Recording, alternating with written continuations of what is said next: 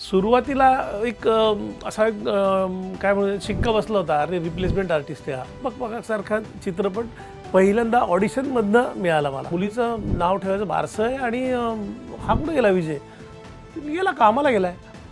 अरे त्याला थांबता येत नाही. आता दुर्दैवाने त्याच वेळेला माझ्या बायकोला कॅन्सर डिटेक्ट झाला. असं कुठे ए दे ना पाणी, काय हे तुला काही कळत नाही का वगैरे असं म्हणलेलं मला नाही आवडत अशा गोष्टी. आणि हे नवीन कलाकार काही काही करतात असं. साधारण एक 7-8 वाजता मेसेज आला की उद्या इथे इथे शूटिंगला यायचं आहे. ओके म्हटलं ठीक आहे मी येतो. आणि साधारण 9-9:30 वाजता परत फोन आला, मेसेज आला की ते कॅन्सल झालेलं आहे, तुम्ही ते कॅरेक्टर करत नाही आहात. तुम्ही सिलेक्ट झालं सांगितलं मला. सरपंचाचा रोल आहे, जो सरपंच विठाला त्रास देतो आणि हा गावातनं हाकलून देतो. अर्ध्या पोटाने त्यांनी कळवलं की नाही तुम्ही नाही सिलेक्ट झालेला, तर तुमच्या जागी दुसऱ्या माणसाला घेतलेलं आहे. कामामध्ये एक 4 आणे कमी असलात तरी चालेल, पण एक माणूस म्हणून तुम्ही चांगले असाल तर तुम्हाला कुठेच कोणीच नाही म्हणू शकत नाही आणि सगळ्यांचंच प्रेम मिळतं.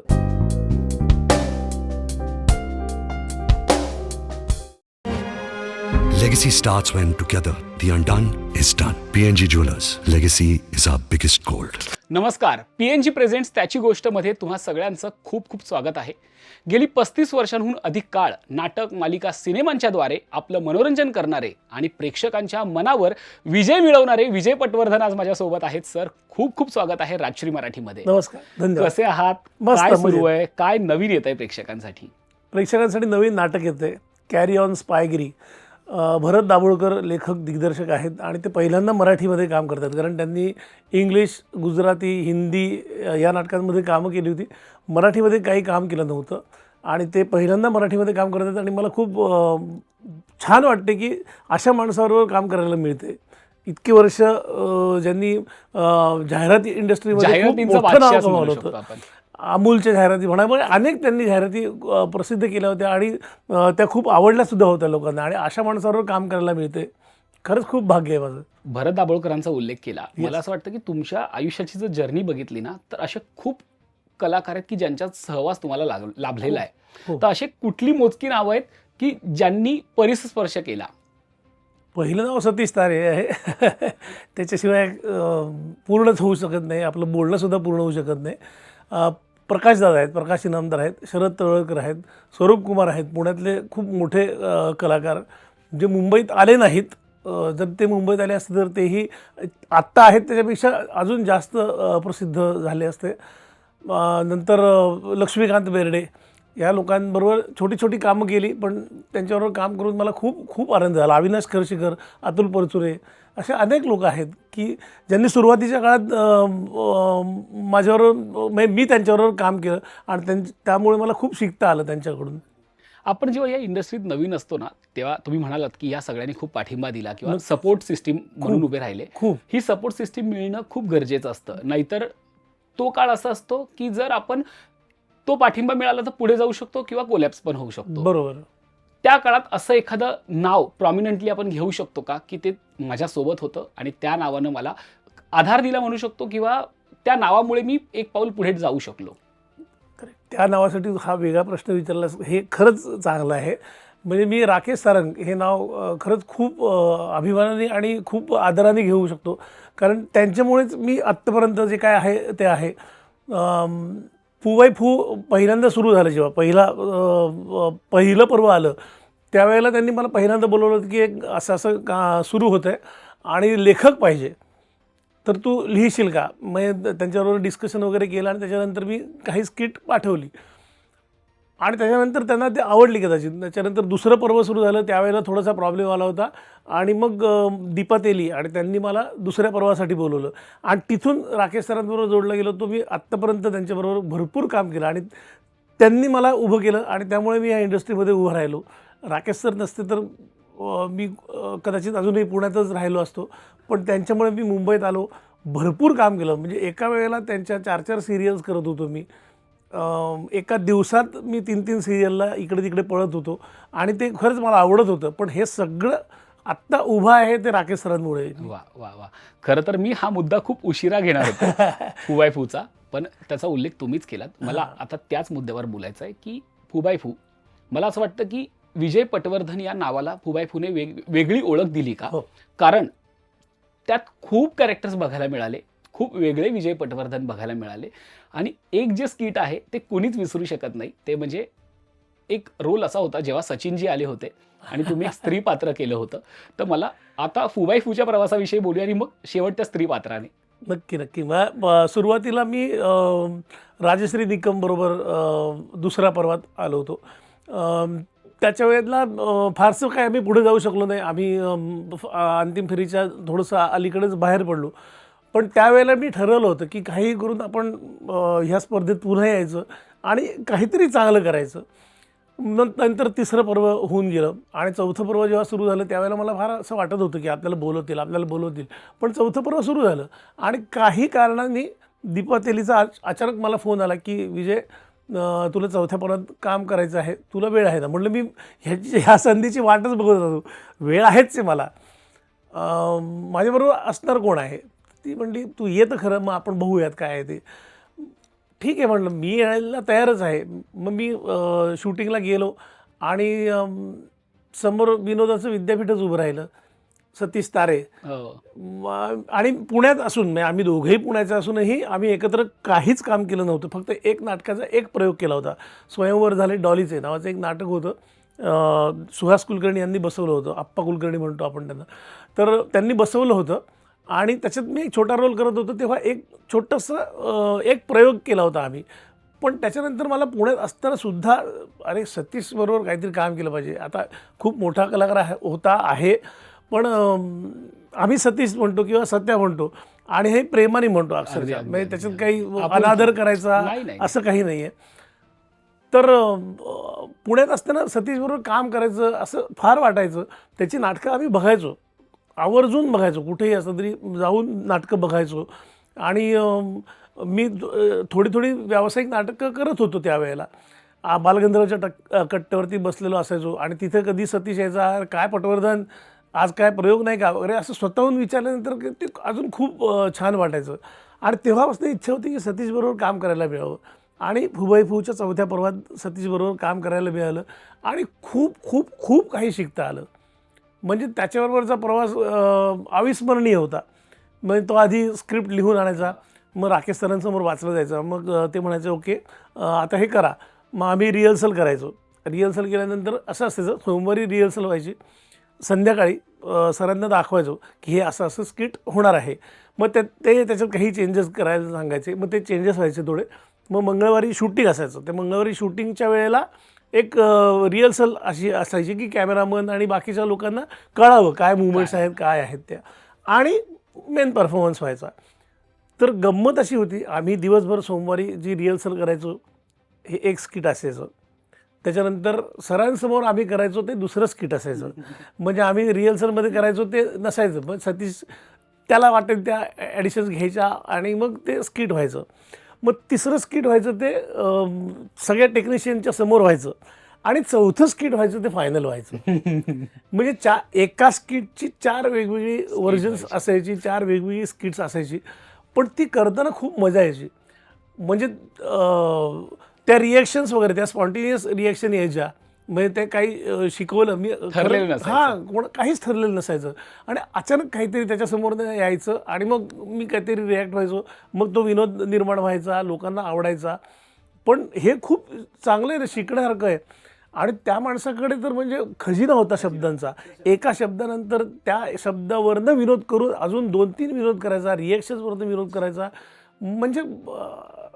म्हणजे मी सांगू का, प्रेक्षकांनी टी व्हीवरती तो कार्यक्रम बघितला असेल, बाकीच्यांनी प्रेक्षक म्हणून कार्यक्रम बघितला असेल. मला सीट होती ती स्टेजवरती सीट होती. मी एक प्रेक्षक स्टेजवरती असतो, प्रेक्षक तसा होतो लाईव्ह. आणि खूप मजा यायची. म्हणजे एका स्किटच्या वेळेला तर तो आमचं नाव पुकारलं गेलं की आता येत आहेत विजय पटवर्धन आणि सतीश तारे. आम्ही असं उठणार त्यावेळेला सतीश म्हणलं आपण बदलूया स्क्रिप्ट. म्हणलं म्हणजे नाही, आपण आपल्याला तुरे जिंकायचे ह्या स्किटच्या मानाने आपलं हे आत्ता जे बसलेले स्किट ते खूप जास्त चांगलं आहे, हे उगीच वाया जाईल, त्यापेक्षा आपण दुसरं करूया. म्हटलं कुठलं करायचं? तू नको काळजी करू, मी बोलणार आहे, तू फक्त हो नाही करायचं आहे. मला कळे ना आता काय करायचं, धडधड धडधड वाढायला लागली. आधी एकतर फूची एंट्री करताना तुम्हाला माहिती असेल की ती म्युझिक वाजायच्या वेळेलाच असे 100 ससे असे डोळ्याच्या पुढे यायचे, धडधड वाढायची. आणि आता हा म्हणतोय की आपल्याला स्किट बदलायचं आहे. म्हटलं अरे सरांना विचारलं पाहिजे, राकेश सरांना विचारलं, राकेश सर सतीश म्हणतो की स्किट बदलायचं आहे. ते म्हणले नाही, जे आहे तेच करायचं आहे. माझा जीव थोडासा भांड्यात पडला त्यामुळे. पण म्हणजे हे तो करूच शकतो माणूस, आणि ते शक्य होतंच त्याच्या मनाने. एवढं कॅलिबरचा माणूस होता तो. त्यांच्याविषयी खूप ऐकलंय की ते जसं तुम्ही म्हणालात की तो ऐनवेळी स्किट बदलत होता, तसं ते एखादं वाक्य कधी काय घेईल ते कुणीच सांगू शकत नसायचं. खूप हजरजबाबी असायचे. असा एखादा किस्सा, असा एखादा प्रसंग आहे का की ऐनवेळी त्यांनी असं काहीतरी टाकलंय किंवा असं काहीतरी केलंय की माहोल बदलून गेला किंवा समोरच्याला कळलंच नाही पुढे काय करावं? हा म्हणजे एक नारायणाचं स्किट होतं. तो नारायण असतो आणि मी मुलीचा बाप असतो. आमचं गोंधळ चाललेलं असतात, काय काय काय काय चाललेलं असतात. आणि ते विचारतात तुमची आई कुठे आहे? ती वारली असं मी म्हणतो. हे काय ठरलेलं नव्हतं. मी म्हटलं हा ती वारली. अरे ती वारली आणि तुम्ही देशस्थ, असं कसं काय? म्हटलं हा हे कुठलं आलं ह्याच्याकडे. मी हसायला लागलो, बाकीचे पण हसायला लागले. मग तो वारली हा शब्द वेगळा ह्याच्यात होता. आणि मग त्यावरनं त्यांनी अजून 2-3 विनोद केले आणि मग जे स्किट होतं तिकडच्या बाजूला आलो आम्ही. पण हे जे काय नवीनच टाकलं होतं त्यांनी, आणि असे प्रत्येक वेळेला खूप वेळेला टाकायचं. म्हणजे आता ते मला आठवत पण नाही इतक्या, म्हणजे प्रत्येक स्किटमध्ये काही ना काहीतरी असायचं. म्हणजे मी तिचं पालन पोषण केलं आहे, मैंने उसको पाला है. तर तो त्याच्यात म्हणला की हां पाला है और पाचोळा भी है.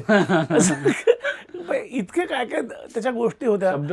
शब्दसंपदा भरपूर. म्हणजे एकदा स्किटच्या वेळेला मी पडलो, म्हणजे लिटरली पडलो, डोक्यावरती पडलो. आणि जवळजवळ एक 4 ते 5 मिनटाचं स्किट राहिलं होतं आणि डोक्यावरती पडलो. मी तसंच उभं राहिलो. मला काहीच कळत नव्हतं मी काय बोलतोय, काय करतोय.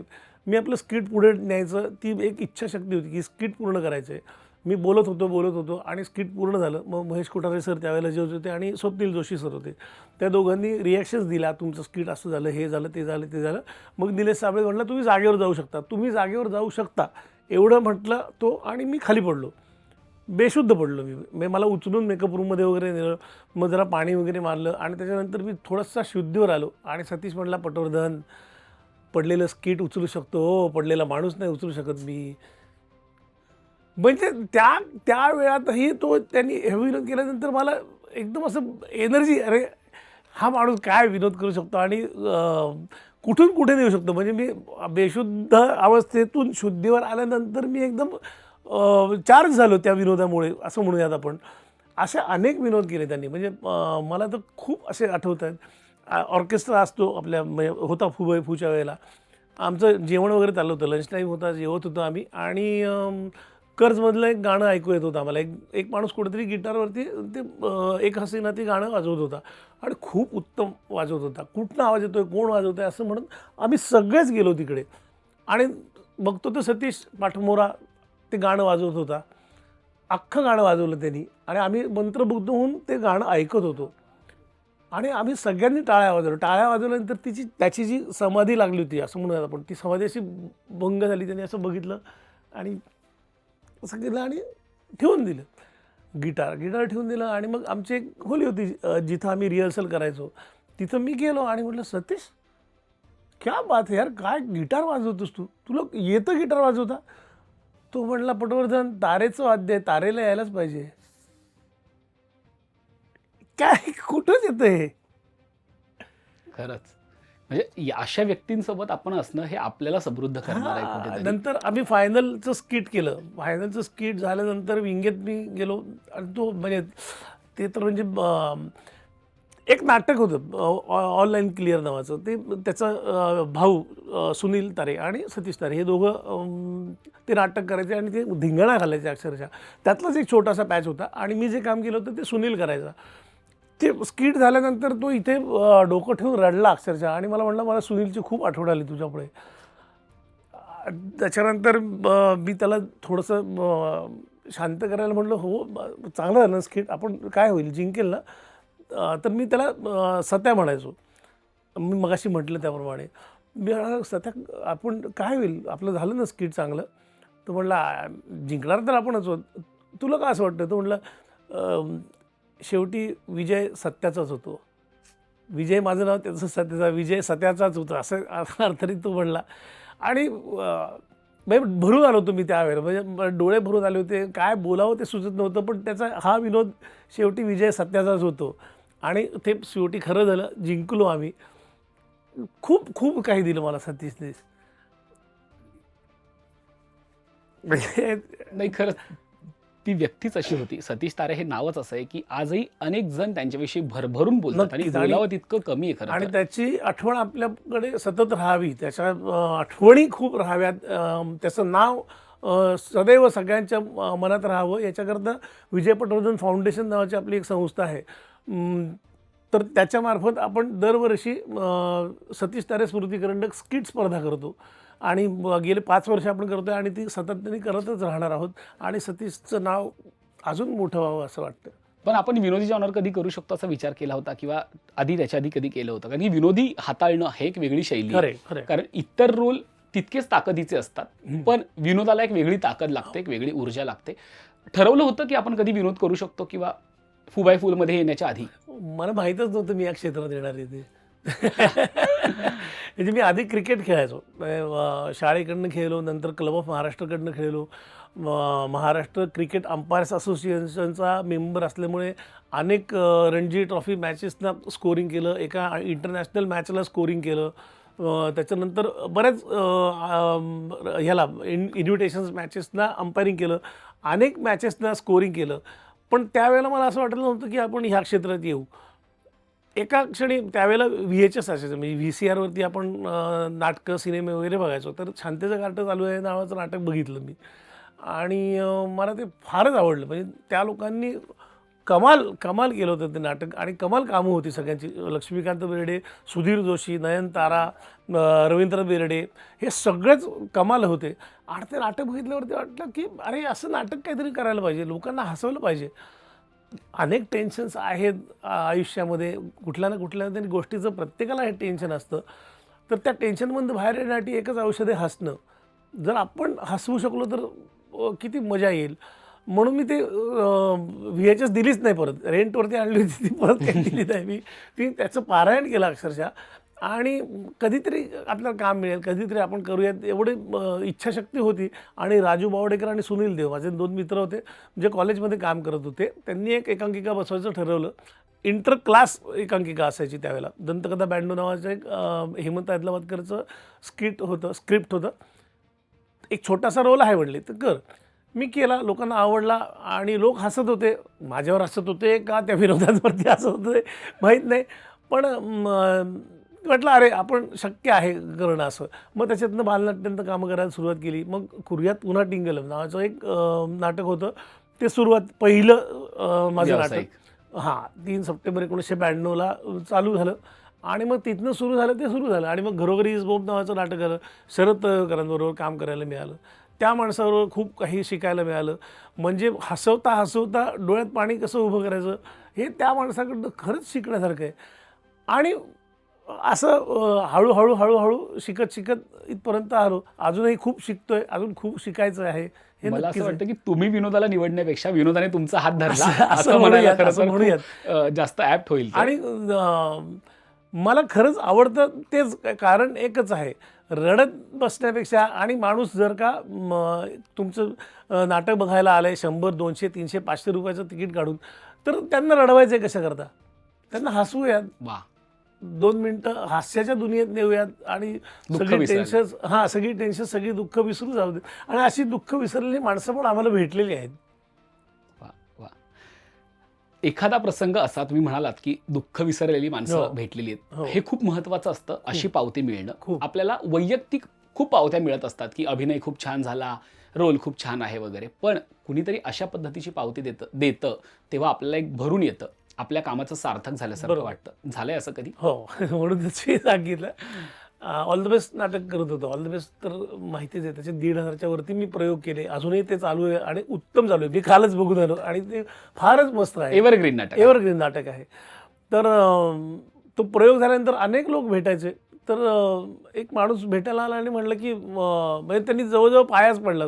म्हटलं अहो काय करताय हे, मी राजेश कुलन आणि अजून 2 जण होते.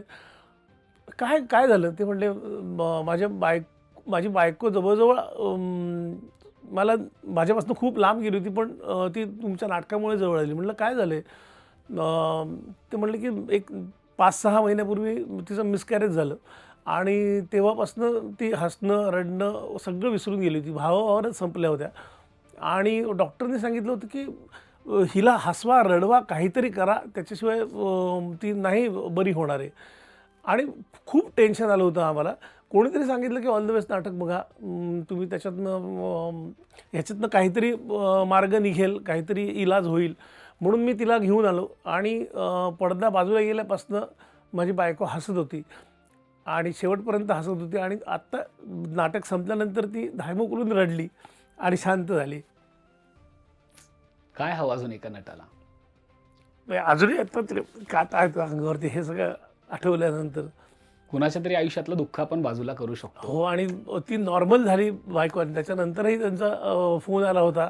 आता व्यवस्थित आमचं आयुष्य चालू झालेलं आहे आणि हे फक्त ऑल द बेस्टमध्ये झालेलं आहे. किती छान, किती छान. खरं तर मला असं वाटतं हे कुठेतरी आपलं काय म्हणतात की एक सॉरी होय, कुठेतरी हे आपलं संचित असतं, कुठेतरी आपली कुठेतरी पुण्याई असते, ती आपल्या अशा पद्धतीने ती आपल्या समोर येते. देवेंद्रनी ते नाटकच उत्तम लिहिलेलं आहे, दिग्दर्शित केलेलं. आम्ही माध्यम आहोत असं म्हणूयात आपण. त्यावेळेला आम्ही प्रयोग सादर केला आणि त्यामुळे आयुष्य बदलून गेलं असं तुम्ही म्हणूया. मगाशी म्हणालात की या क्षेत्रात यायचं खरं तर नक्की नव्हतं, पण जेव्हा अशी माणसं भेटतात तेव्हा असं वाटतं का की फलित झालं या सगळ्याचं? नक्कीच 100%. खूप बरं वाटतं, खूप बरं वाटतं. लोक येऊन सांगतात ना की अरे तुमचं नाटक बघितल्यानंतर सगळी टेन्शन बाजूला झाली, मिळवलं, पावती मिळाली. वा वा. आपण विनोदावर बोलतोय म्हणून मी त्यालाच जोडून पुढचा प्रश्न घेतो जो मगाशी माझा राहिला होता. ते म्हणजे फू बाय फू मधलं एक स्किट जे अजरामर झालं. आता खरं तर स्त्री पात्र खूप कॉमन झालेलं आहे किंवा दर काही स्किट नंतर एखाद्या नटाचं स्त्री पात्र आपल्याला दिसतं. तेव्हा तसा हा फॉर्मॅट रेअर होता आणि तुमच्याकडनं तर ते अनपेक्षित होतं. मला ते स्किट, त्या स्किटचा अनुभव, आणि समोर सचिनजी सुद्धा होते आणि ज्यांनी ऑलरेडी स्त्री पात्र गाजवून ठेवले. मला तो अनुभव ऐकायचा आहे. खरं सांगायचं तर मी हे जेव्हा स्किट करणार होतो त्यावेळेला समोर सचिनजी असणार आहे ते माहीतच नव्हतं. म्हणजे ते ठरलंच नव्हतं सचिनजी येणार आहे ते. पण मी आणि क्षितिजोग त्यावेळेला आम्ही पार्टनर होतो. फू बाय फूच्या वेळेला मला वाटतं 5वं सत्र होतं ते. 5वं हां 6वं होतं, बरोबर 6वं सत्र होतं. आणि काहीतरी एक गंमत करूयात असं ठरलं आणि म्हणलं आपण सासूसून करूयात. लेखक अर्थातच मी होतो आणि त्याच्यात ती घाणेरडं इंग्लिश बोलणारी सासू होती. ते मला काही नवीन नव्हतं आणि मी अगदीच करू शकतो कारण माझं इंग्लिश फारच कच्चं आहे आणि त्याच्यातनं काही विनोद होतील ते करूयात. आणि मग क्षितीने खूप मला मदत केली. म्हणजे क्षितीने काही पंचस स्वतः दिले की हे असं कर, मग ह्याचा अर्थ माहिती तुला, ह्याच्याबद्दल तू कुठलं इंग्लिश वाक्य किंवा कुठला इंग्लिश शब्द वापरू शकतोस, हा तो वापर. मग ते आयब्रो, मग खूप काय काय गोष्टी केल्या होत्या त्या. बोथ ऑफ यू 3 वगैरे ह्या गोष्टी तर ह्या ऐकल्या पण होत्या आणि त्या वापरल्या गेल्या. नंतर साराभाई वर्सेस साराभाई नावाचं एक खूप गाजलेली सिरियल होती, त्याचं पण थोडंसे एक बेस तो पकडला होता की एक स्वतःला खूप मोठी समजणारी सासू आणि म्हणजे काय म्हणू हायर मिडल क्लासच्याही वरती अशी स्वतःला समजणारी आणि लोअर मिडल क्लासची सून, असं आम्ही दोघांनी ते ठरवलं असे कॅरेक्टर करूयात. आणि क्षितीने जे काही काम केलं, म्हणजे मी जे केलं ते क्षितीने त्यापेक्षा जास्त चांगलं केलं, त्याच्यामुळे मी वरती आलो असं म्हणेन. कारण जेव्हा आपण कुठलाही पंच टाकतो त्याला जर का रिॲक्शन नाही आली तर ती रिॲक्शन नाही आली तर तो पंच काही वाजत नाही, तो फुसका जातो, त्याला काही लाफ्टर येऊ शकत नाही. मी कुठलाही पंच टाकला तरी क्षितीने जी रिॲक्शन दिली, ज्या रिॲक्शन अनेक दिल्या किंवा त्याच्यावरती काही ॲडिशन्स टाकल्या, त्याच्यामुळे तो स्किट वरती गेलं. आणि सचिन सर समोर म्हणल्यानंतर मग मला जरा अजून चेव चढला की अजून काहीतरी करूयात. मग सचिन सरांबरोबर पण मी हे केलं, संवाद साधला. त्यावेळेला आम्ही गप्पा वगैरे मारल्या तिथे. मी येऊ का तिकडे, आय शलकाम वगैरे काय काय त्यांच्या शेजारी जाऊन बसलो. आणि म्हणजे सचिन सरांनी पण ते सगळं ॲप्रिशिएट केलं. त्यांनीसुद्धा त्याच्यावरती काही पंचेस टाकले. नंतर त्यांनी जेव्हा कमेंट्स केल्या त्यावेळेलासुद्धा बरेचसे पंचेस टाकले त्यांनी. आणि खूप छान वाटलं त्यांच्यावर काम करताना ते. पण तेव्हा दडपण आलं होतं हो, त्या म्हणजे. स्किटचं, कारण हो, की हो. शेवटी एक स्त्री बांधा असणं थोडंसं वेगळं असतं आणि नक्की. परत एक पुरुष असून त्या अटायरमध्ये बरं त्याच्या स्लीवलेस ब्लाऊज आणि ते सगळं तो एक मॉडर्न लुक अटायर सगळं केलं होतं, ते दडपण आलं होतं का, की आता कॅरी करण्याचं काय टास्क होता तुमच्या पुढे? कॅरी करण्याचं टास्कच होतं हे. कधी म्हणजे असे कपडे घातलेच नव्हते कधी. आमचे मेकअप पण दादा होते सगळे, त्यांनी खूप मेहनत घेतली होती आणि खूप अत्यंत अप्रतिम पद्धतीने मेकअप केला होता. नंतर ओठ जरा असे मोठे करूयात असं मला वाटत होतं. तर आमचे हेअर ड्रेसर होती, मला वाटतं सुलभाताई होती. तर त्यांनी सांगितलं की ते ओठाला एक कुठलं तरी जेल लावतात, त्यामुळे ते ओठ जरासे असे मोठे होतात, ते लावा ते चांगलं दिसेल. मग ते लावलं, मग ते ओठ थोडेसे असे मोठे झाले. मग थोडासा एक काय म्हणतात त्याला, अजून जास्त सौंदर्य वाढलं त्या ह्याच्यातलं. त्यांनी मग हेअर्स खूप अप्रतिम पद्धतीने केले.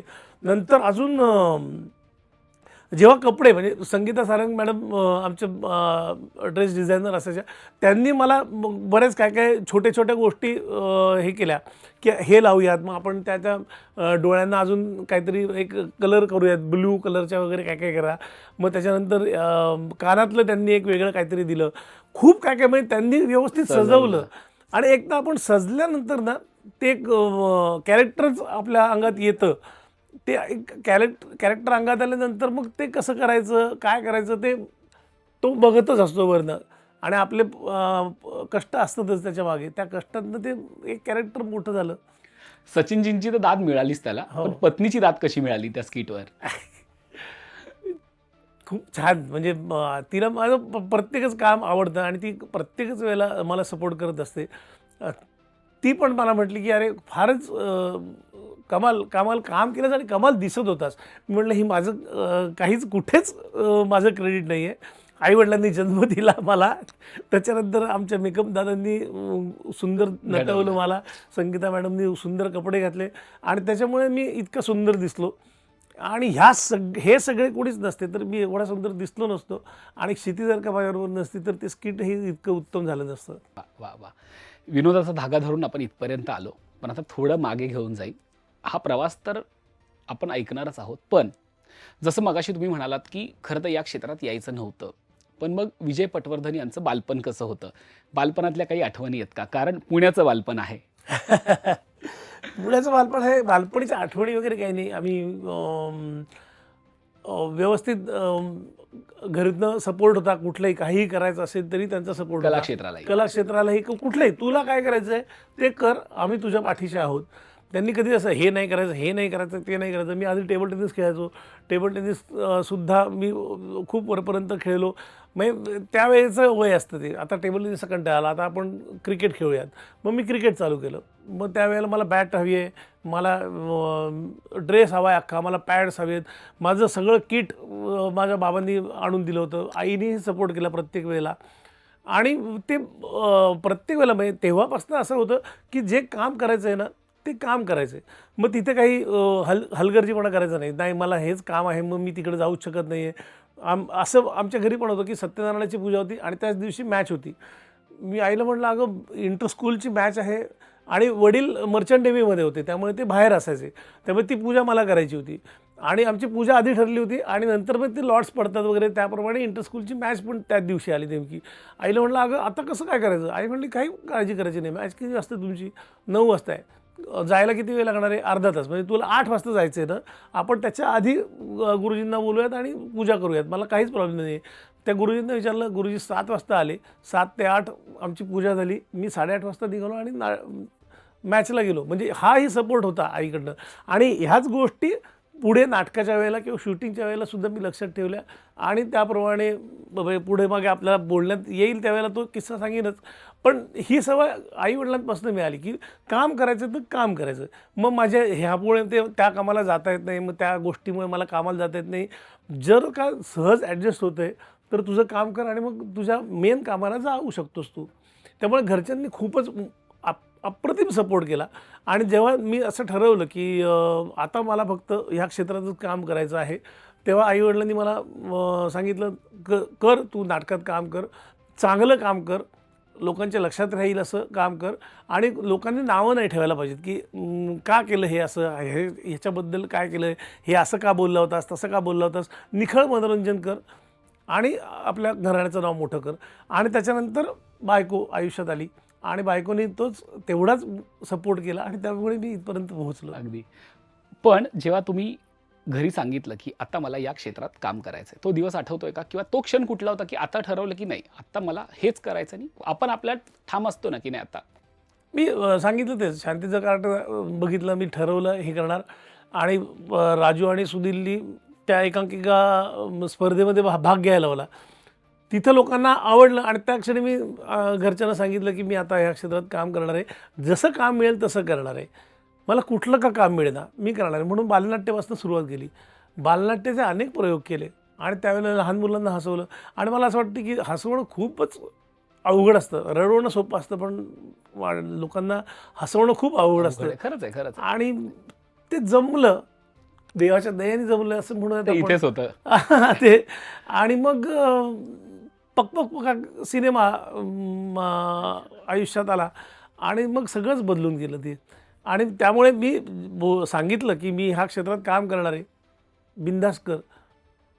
पण तुझ्या पाठीशी आहोत आम्ही. हायलाईट होणारं पहिलं काम हे पक पक पकाक की हो. त्याच्या आधी एखादं नाटक पण होतं, व्यावसायिक नाटक? नाही, पक पक पका पहिलं हायलाईट होणार आहे. म्हणजे छोटी छोटी काम करत होतो मी, पण काय होतं प्रत्येक वेळेला रिप्लेसमेंट करत होतं नाटकांमध्ये. मेन रोल असा कुठला आता रिहर्सल, आता मी आता रिहर्सलला जाणार आहे, रिहर्सलपासून नाटक सुरू होतं. असं नाटक कुठलंच नाही. अरे ह्याला जरा प्रॉब्लेम आहे, ह्याच्या जागी तू करशील का? अरे ह्याला जरा प्रॉब्लेम आहे, ह्याच्या जागी तू करशील का? अशी नाटकं करत होतो. पण पक पक पकासारखा चित्रपट पहिल्यांदा ऑडिशनमधनं मिळाला मला आणि खूपच मजा, म्हणजे विसरूच शकत नाही पक पक पकाक. आणि गौतम, तो सिनेमा तुमच्यासाठी जितका अविस्मरणीय आहे तितकाच प्रेक्षकांसाठी देखील आहे. कारण की त्या सिनेमातली पात्र अजूनही लोकांना पाहते. मग भूत्या असेल, चिकलू असेल, साळू असेल, मास्तर असतील.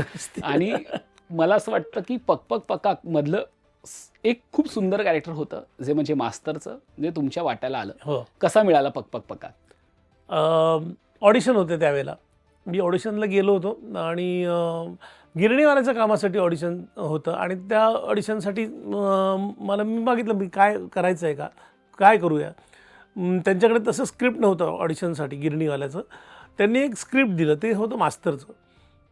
काय मास्तरचं स्क्रिप्ट आहे ते म्हटले हां तुम्ही वाचा, तुम्ही काम कसं करतायत त्याच्यावरती अवलंबून आहे, कुठलं स्क्रिप्ट आहे काय आहे त्याच्यावर अवलंबून आहे. म्हटलं ठीक आहे, मग ॲक्टिंग करायची आहे का काय करायचं आहे. त्यावेळेला म्हटले ते नाही, तुम्ही वाचून दाखवा फक्त, ते शूट करू आम्ही. आणि मी म्हटलं हे जरा काहीतरी विचित्र दिसतंय, काय होईल नाही होईल माहीत नाही. ठीक आहे, मग मी वाचून दाखवलं त्यांना मास्तरचं. समोरचा माणूस चिखलूचं वाचून दाखवत होता आणि मी मास्तरचं वाचत होतो. एक 4-5 दिवस झाले. त्याच्यानंतर मग मला फोन आला की तुमचं सिलेक्शन झालेलं आहे. म्हटलं का ते गिरणीवाल्याचं ना? नाही नाही मास्तरचं काम करायचं तुम्ही. म्हटलं मास्तरचं काम? म्हटलं मला ते गिरणीवाल्याच्या कामासाठी बोलवलं होतं ना? नाही नाही नाही, ते गौतम सरांना तुमचं वाचन आवडलं आहे, त्यामुळे तुम्ही मास्तरचं काम करायचं. म्हटलं वा चालेल, कधी शूटिंग आहे? त्यांनी तारीख सांगितली अशी अशी आहे. आपण असं धरून चालू की 15 तारीख आहे, 15 तारखेला शूटिंग आहे. ठीक आहे म्हटलं, मी आहे रेडी. माझ्या काही प्रयोग आहेत पण ते होतील ॲडजस्ट, काही तर काहीतरी करता येईल. म्हणजे त्यावेळेला मी ऑल द बेस्टही करत होतो. मग सगळं झालं. मी सगळ्यांना सांगितलं की मी आता पक पक पकाक नावाची फिल्म आहे ती करणार आहे, गौतम जोगळेकर सर आहेत डिरेक्ट करतायत वगैरे वगैरे. आणि मग अचानक फोन आला की आपलं 15 तारखेचं शूटिंग कॅन्सल झालं आहे, ते 12 तारखेला आहे. म्हटलं 12 तारखेला मी नाही आहे. म्हटलं काय आहे? ऑल द बेस्टचा प्रयोग आहे टिळक स्मारक मंदिरला 5 वाजता. नाही तर कॅन्सल करा, तुमचं शूटिंग आहे चित्रपटाचं. म्हटलं असं नाही कॅन्सल करता येणार, मी त्यांना सांगितलं आधीच मी आहे म्हणून. नाही नाही काहीतरी ॲडजस्ट करा, तुमच्या जागी कोणीतरी करत असेल ना काम, त्यांना विचारा काहीतरी करा. म्हटलं बघतो मी, कोणी नसेल तर मग मी नाही करू शकणार, पहिली फिल्म करताय बघा काय करायचं आहे. म्हटलं ठीक आहे बघतो मी. खूप प्रयत्न केले मी, अनेक जणांना फोन केले जे आम्ही रिप्लेसमेंट करत होतो. आम्ही 3-4 जण होतो आम्ही. त्यांना फोन केले की असं असं आहे तर तू करू शकशील का? अरे नाही माझं असं असं आहे. तू करू शकशील का? नाही असं असं आहे. कोणीच तयार नव्हतं. मी म्हटलं आता आता नाही करता येणार. ठीक आहे. मग त्यांचा परत फोन आला की तू आहेस का? म्हटलं नाही, मला शक्य नाही आहे, माझी कमिटमेंट आहे, नाटक करायला लागणार आहे मला आणि मी नाटक करणार. पहिली फिल्म असून तुम्ही नाही म्हणताय. म्हटलं नाही हो, आता कमिटमेंट आहे ना, माझ्या दृष्टीने ती महत्त्वाची आहे. ठीक आहे, जाऊ दे. पण त्यावेळेला मोबाईल नव्हते. मग लँडलाईनला जवळजवळ 12:30-1 वाजता रात्री फोन आला. हा पण म्हटलं कोणाचा फोन आहे?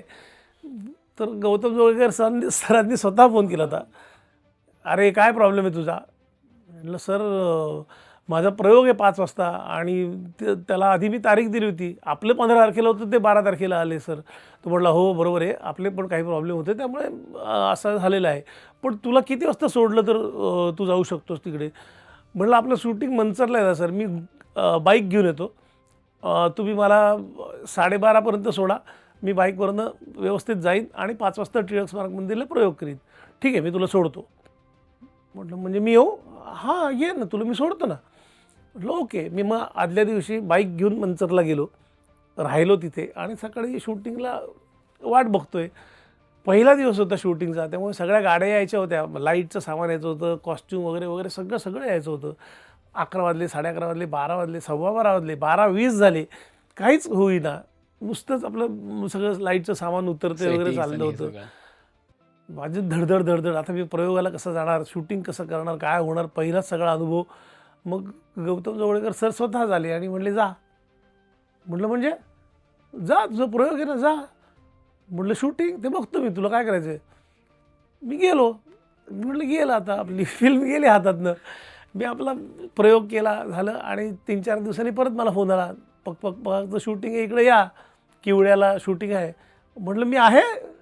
म्हटलं हां आहात तुम्ही चित्रपटात. म्हटलं मला काढलं नाही. गौतम जोगळेकर सरांना तुमची कमिटमेंट आवडली. ते म्हणले ह्या मास्तरला तसाच ठेवूयात, हा काम करणार आपल्याकडे.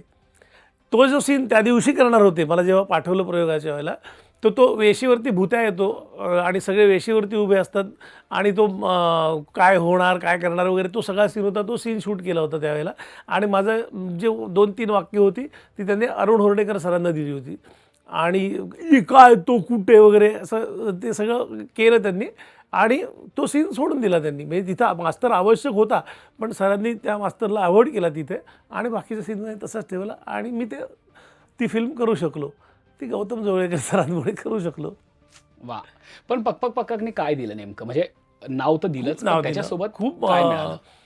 कारण नाना सुद्धा होते त्या शिकायला मिळालं, खूप काय काय करायचं ते नाना पाटेकर सरांबरोबर काम करायला मिळालं, हे पहिलं होतं. एक माणूस म्हणून आपण कसं वागलं पाहिजे हे सरांकडनं आणि अनेक तिथल्या अनेक लोकांकडनं शिकलो की आपण कसं वागायला पाहिजे, कसं लोकांबरोबर वागायला पाहिजे, बॅकस्टेजच्या म्हणजे स्पॉट बॉईज वगैरे त्या लोकांबरोबर कसं वागलं पाहिजे, आपली वर्तवणूक कशी असावी सगळ्या त्या ह्याच्यामध्ये काय म्हणूयात त्याला, त्या कंपूमध्ये ते सगळं शिकायला मिळालं.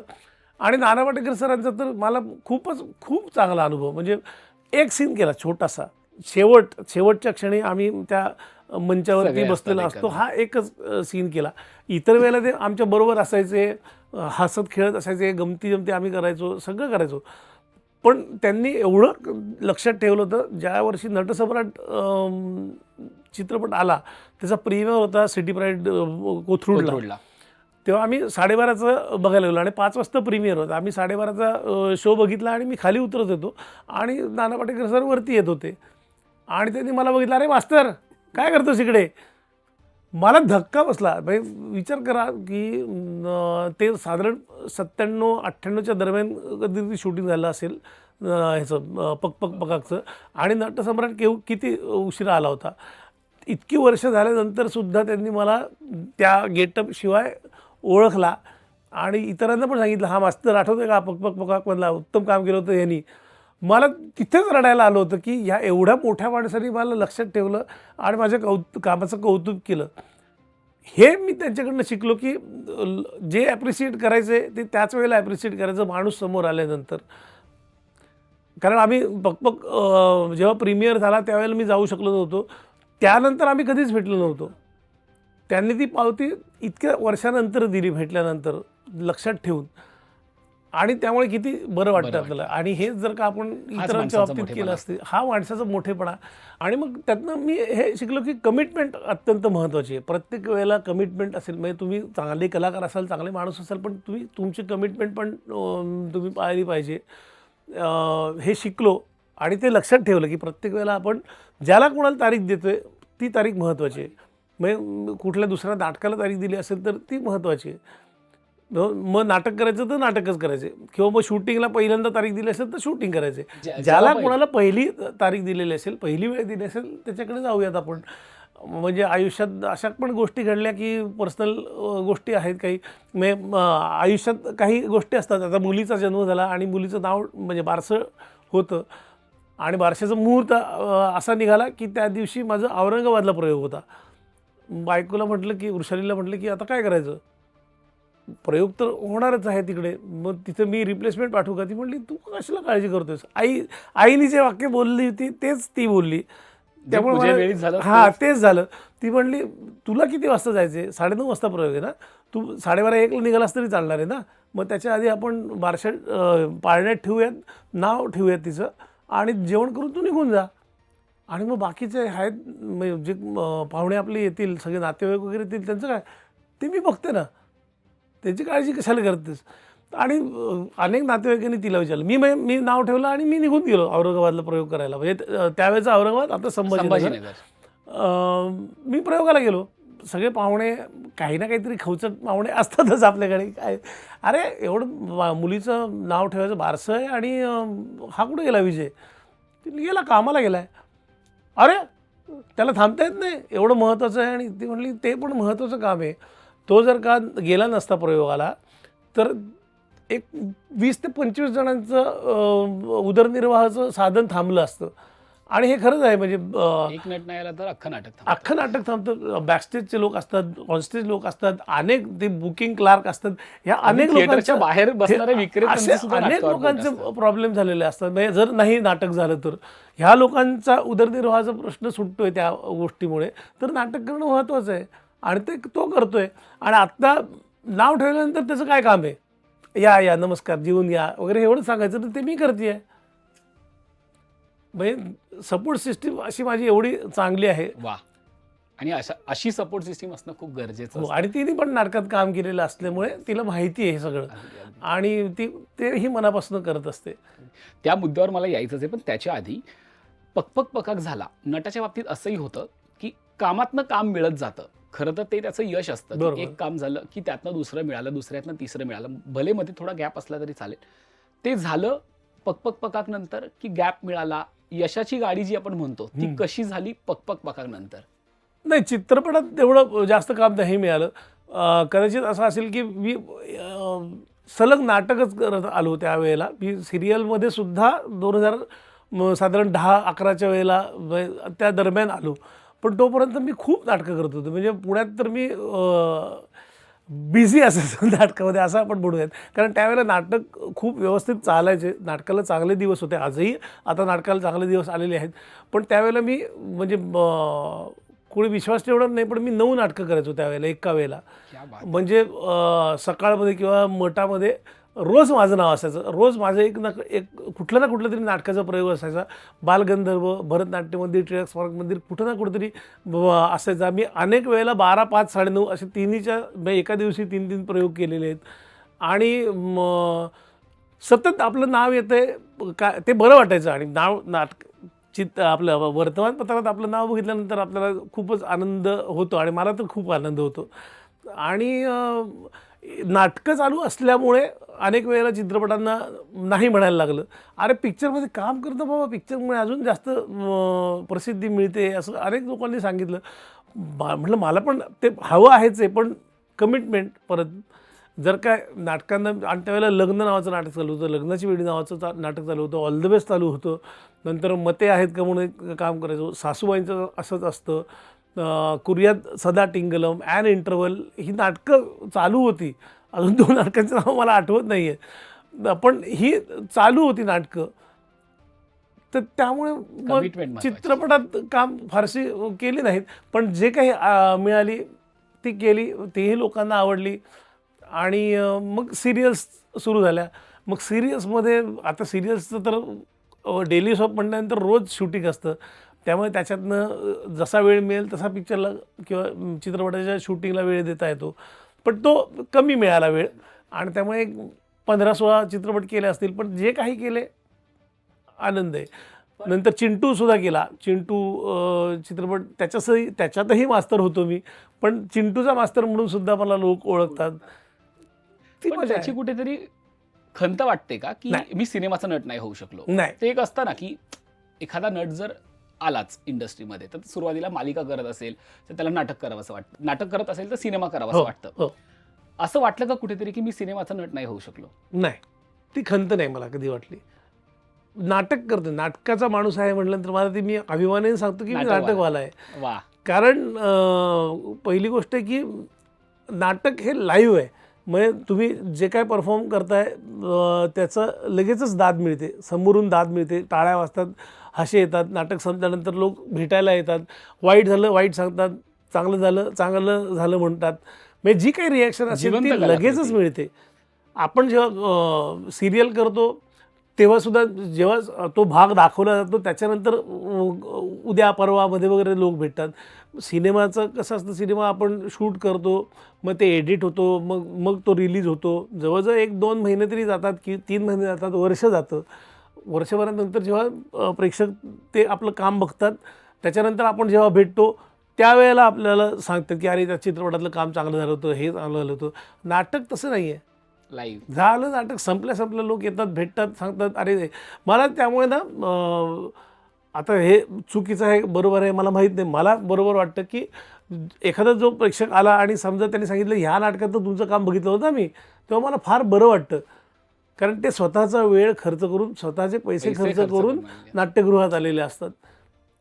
कारण सिरियलमध्ये आम्ही त्यांच्या घरात जातो, त्यांनी चालू केलं की आम्ही त्यांचं मनोरंजन करतो त्यांच्या वेळेनुसार. त्यांच्या वेळेनुसार. आता तर आपल्या मोबाईलमध्ये सुद्धा ती सिरियल कधीही दिसू शकते. नाटक बघायला प्रेक्षक गृहात येणं, आपला वेळ पैसा सगळं खर्च करून देणं आणि नंतर कलाकारांना भेटणं आणि त्यांना सांगणं हे खूपच मोठं आहे. त्यामुळे नाटक करायला मला फार आवडतं. आणि सुदैवाने आता हे माझं 57वं नाटक आहे व्यावसायिक. वा वा. नाटकाची साठी लवकरच हो. 50शी झाली आपली. ती फुलं राणी नाटक केलं, ते 50वं नाटक होतं. त्याच्यानंतरही नाटकं करत राहिलो, पण सिरियल जास्त होते त्या काळात, त्यामुळे तो आकडा थोडासा कमी झाला. पण आता हे 57वं नाटक आहे, कॅरी ऑन स्पायगिरी. वा. त्याच्या आधी आत्ताच नुकतंच भ्रमाचा भोपळासुद्धा करतोय मी. तिथे सुद्धा रिप्लेसमेंट करतोय.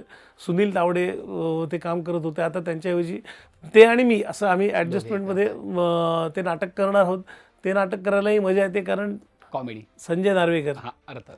त्याच्याबरोबर काम करणं सर काय म्हणजे त्याच्याकडे काय एनर्जी आहे. नाटकाच्या सुरुवातीपासून नाटकाच्या शेवटपर्यंत 1 इंचसुद्धा, 1 कणभरही त्याची एनर्जी कमी होत नाही. त्याच्याकडनं शिकण्यासारखं खूप आहे आणि कुठेही तो दमल्यासारखा वाटत नाही किंवा आता चल ना संपूयात नाटक असं कुठेही वाटत नाही. आणि प्रेक्षक समोर असले, लाफ्टर असले की त्याला नवीन नवीन काहीतरी सुचत राहतं आणि नवीन नवीन करत राहतो आणि सगळ्यांची एनर्जी एवढीच ठेवतो कारण आपल्यालासुद्धा त्याच्याकडनं एनर्जी मिळते ना.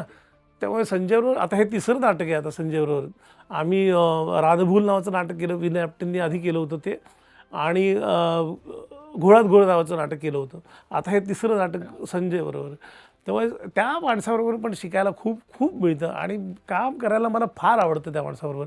कारण पहिली गोष्ट सांगायची म्हणजे all the best. All the बेस्टमध्ये सुरुवातीला तो काम करायचा, बहिऱ्याचं, ज्याला ऐकू येत नाही हे कॅरेक्टर तो करायचा. ते बघितल्यानंतर मला फार वाटायचं की हे ऑल द बेस्ट आपल्याला मिळायला पाहिजे, आपण त्याच्यात काम केलं पाहिजे आणि हा रोल आपल्याला मिळाला पाहिजे. तर सुरुवातीला मला ऑल द बेस्ट मिळालं. मी 3 चेअर्स नावाच्या नाटकासाठी चंद्रलेखामध्ये एंटर झालो होतो आणि काही कारणांमुळे 3 चेअर्सच्या आधी ऑल द बेस्ट करायला मिळालं. त्यावेळेला श्रेयसचा काहीतरी प्रॉब्लेम आला होता, तेव्हा श्रेयस तळपदेंनी मला सांगितलं की माझ्याऐवजी तू काम कर. आंधळा केला. आता म्हटलं आपल्याला करायला मिळेल बहुतेक बहिऱ्याचं काम, आणि मला ते काम करायला मिळालं. जवळजवळ 1,500 प्रयोग केले मी. आणि त्याच्याहूनही एक वेगळी गोष्ट म्हणजे त्या ऑल द बेस्ट नाटकातले 3ही कॅरेक्टर मी केले, 3ही भूमिका. कुठेतरी नियती हे ऐकत असते. आता आपण त्याला मॅनिफेस्टेशन वगैरे म्हणतो. ते मॅनिफेस्टेशन न करता मला 3ही रोल करायला मिळाले. आणि हे अजून फक्त केदार शिंदेनी केलं होतं. मग केदार शिंदेनी ऑल द बेस्टमध्ये तिन्ही रोल केले होते आणि त्याच्यानंतर सुदैवाने मी आहे. आणि मला ते भाग्य मिळालं ते मोहन वाघांमुळे. मोहन वाघांनी 3 Cheersमधलं काम बघितलं होतं आणि त्यांनी मग श्रेयस म्हटलं की मला प्रॉब्लेम आहे सर, विजयला करू देत का? हां, विजयला करू देत. मग काहीतरी प्रॉब्लेम आला. मग सुरेंद्र दातार आमचे मॅनेजर होते, ते म्हणले मग आपला बहिराचा प्रॉब्लेम आहे, मग विजयला करू देत का? मोहन वाघ म्हणले करू देत, तो बरं काम करेल. मग मोहन वाघ सरांनी पण खूप खूप सपोर्ट केला आणि त्यांच्यामुळे मुंबईत स्थिरस्थावर झालो. आणि खरं सांगायचं तर नाटक, मुंबईतलं पहिलं नाटक ते नव्हतंच. मुंबईतलं पहिलं नाटक होतं रज्जू, जे प्रसाद ओकमुळे मला मिळालं. प्रसाद ओक आधी ते नाटक करत होता आणि एका प्रयोगाच्या वेळेला त्याला थोडासा प्रॉब्लेम आला आणि त्यांनी सांगितलं की तू करू शकशील का? म्हटलं करीन. पण रिहर्सल, तो म्हटलं रिहर्सल नाही मिळणार तुला, कारण सगळे त्यावेळेला बिझी होते. अविनाश नारकर होते, इला भाटे होत्या, लीना भागवत होते, त्या सगळ्यांबरोबर काम करायला मिळणार म्हटल्यानंतर मी करतो म्हटलं. मग मी एकदा प्रयोग बघितला, सगळं लिहून घेतलं. प्रसादनी मला रिहर्सल दिली आणि त्या नाटकाचा प्रयोग केला.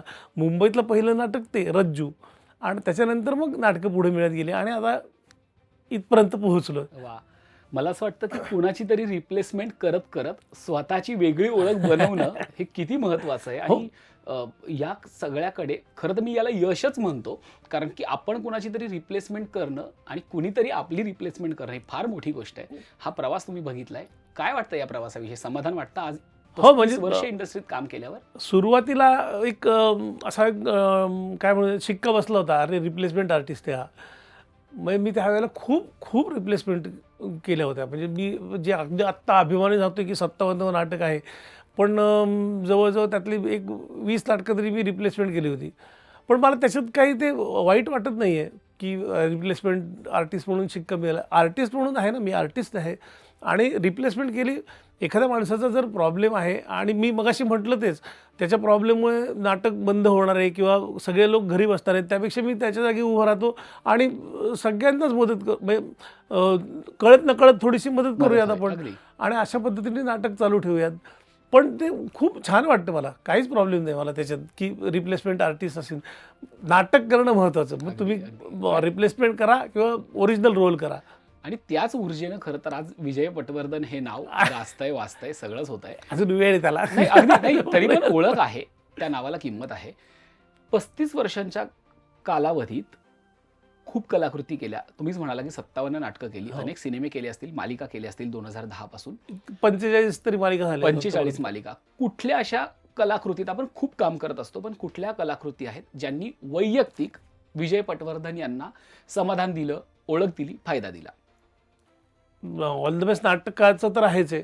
त्याच्यानंतर अनेक सिरियल केल्या, पण अगदीच सुरुवातीला एक सिरियल केली होती कथाकथी नावाची, जी एपिसोडिक होती. म्हणजे प्रसिद्ध कथा घ्यायचे आणि त्या कथांमधले कॅरेक्टर्स आम्ही ती कथा सादर करायचो.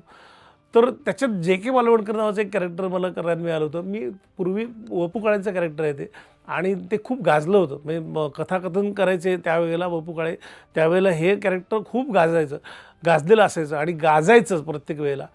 आणि मला ते कॅरेक्टर खूप आवडलं होतं. परत आपण तेच म्हणू मॅनिफेस्टेशन, की हे कुठेतरी करायला मिळालं पाहिजे. आणि कथाकथीच्या संदर्भात सुनील धर्माधिकारी म्हणून आमचे दिग्दर्शक होते, तर ते म्हणले की अरे आपण जे.के. मालवणकर करतोय. म्हटलं कोण करते काम? नाही अजून सापडलं नाही. म्हटलं नाही सापडला तुम्हाला, मीच करणार आहे. आणि तेवढा माझा एक हे होता, कारण आम्ही पहिल्या एपिसोडपासून मी त्यांच्याबरोबर काम करत होतो. तेव्हापासून काम करतोय म्हटल्यानंतर त्यांनाही असं होतं, हां तू करतोस का, ओके चल तू कर. आणि ते कॅरेक्टर करायला मिळालं आणि ते अविस्मरणीय. म्हणजे लोकांनी त्यावेळेला मोबाईल नसूनही लोकांनी माझा लँडलाईन नंबर शोधून लँडलाईनवरती फोन करून सांगितलं की अरे हे कॅरेक्टर तुमचं खूपच छान झालेलं आहे. आणि अजूनही यूट्यूबवरती ते आहे. कथाकथी असं टाकलं आणि जे.के. मालवणकर असं टाकलं तर ते दिसतं आणि ते लोकांना खूप आवडलं होतं आणि त्यांनी मला खूप समाधान दिलं. असं कधी झालंय का की म्हणजे त्यात फुलराणीचा तर उल्लेख आहेच, फुलराणीने सुद्धा खूप काही दिलं, ओळख दिली एक वेगळी, पण असं कधी झालंय का की खूप काळ कामच नाही मिळालंय किंवा कामासाठी स्ट्रगल करावा लागलाय की अरे नाही आता मी खूप दिवस घरी बसून आहे, असा काळ कधी आला या सगळ्या ह्याच्यात? टचवूड टचवूड नाही, वा, नाही आला. एकदा आला होता, पण तो सगळ्यांनाच आला होता आणि त्यामुळे दुःख नाही. अरे अमिताभ बच्चन सारखे लोक पण घरी आहेत, आपण पण घरी होतो. अर्थात लॉकडाऊनचा तोच काळ, पण तो त्याच्या आधी कधी नाही आला, त्याच्यानंतरही नाही आला आणि नंतरही येणार नाही. नाही, अगदी अगदी आणि तसंच हो. पण आपल्याकडे स्ट्रगल विषयी खूप बोललं जातं. हो. तुमच्या लेखी स्ट्रगल म्हणजे काय, तो करावा लागला का, किंवा स्ट्रगल काय आहे आयुष्यातला? मला नाही स्ट्रगल करायला लागला. मला घरनंही काही प्रॉब्लेम नव्हता, कुठेच नव्हता, की लोक सांगतात की आम्ही असे राहिलो, मी तसे राहिलो. मला नाही, देवाच्या दयेने आणि आईवडिलांच्या कृपेने मला हे काहीच करायला लागलं नाही. कुठल्याही बाबतीत स्ट्रगल नाही करायला लागलं. पण स्ट्रगल करायला लागलं नाही मग मी माज करतोय असंही नाही आहे. आयुष्यात एक छोटंसं स्ट्रगल करायला लागतं की काम मिळवण्यासाठी. आणि वागणूक बरी होती. आपण आता त्याबद्दल ट्रोल झालं तर काय हे मला काही प्रॉब्लेम नाही. पण आपली जर का वागणूक चांगली असेल तर आपल्याला जास्त स्ट्रगल करायला लागत नाही. तुम्ही काय म्हणूयात, कामामध्ये एक 4 आणे कमी असलात तरी चालेल, पण एक माणूस म्हणून तुम्ही चांगले असाल तर तुम्हाला कुठेच कोणीच नाही म्हणू शकत नाही आणि सगळ्यांचंच प्रेम मिळतं. आणि दुसरी गोष्ट म्हणजे जिथे माझी सुरुवात झाली या क्षेत्रामध्ये, नाटक म्हणा, नाटकाच्या वेळेला अनेक मोठे मोठे लोक भेटले. सिरियलमध्ये आल्यानंतर राकेश सरांसारखा एक खंबीर पाठीशी उभा राहणारा एक काय म्हणूयात, माझ्या दृष्टीने खूप मोठा माणूस आहे. मार्गदर्शक म्हणून. खूप मोठा मार्गदर्शक आहे. म्हणजे त्यांनी मला लिहायला शिकवलं, त्यांनी मला सिरियल दिल्या, मी त्यांच्याबरोबर 3-4 सिरियल लिहिल्या, त्यांच्याबरोबर काम केलं. नंतर फुबाई फूच्या पुढच्या पर्वांमध्ये मी डिरेक्शन केलं. ते 1-2 दिवस कुठेतरी त्यांच्या महत्त्वाच्या कामाच्या मीटिंगसाठी, म्हणजे पुढचे फुबाई फूच्या पुढच्या एपिसोडसाठी ते मीटिंगला जायचे. त्यावेळेला सांगायचे, हा एपिसोड तू करून घे, शूटिंग करून घे, आणि काही चुकलं राहिलं तर मला सांग, आपण करूयात काही. ते त्यांनी माझ्या विश्वासाने जबाबदारी टाकली आणि त्यामुळे ते काम करू शकलो मी.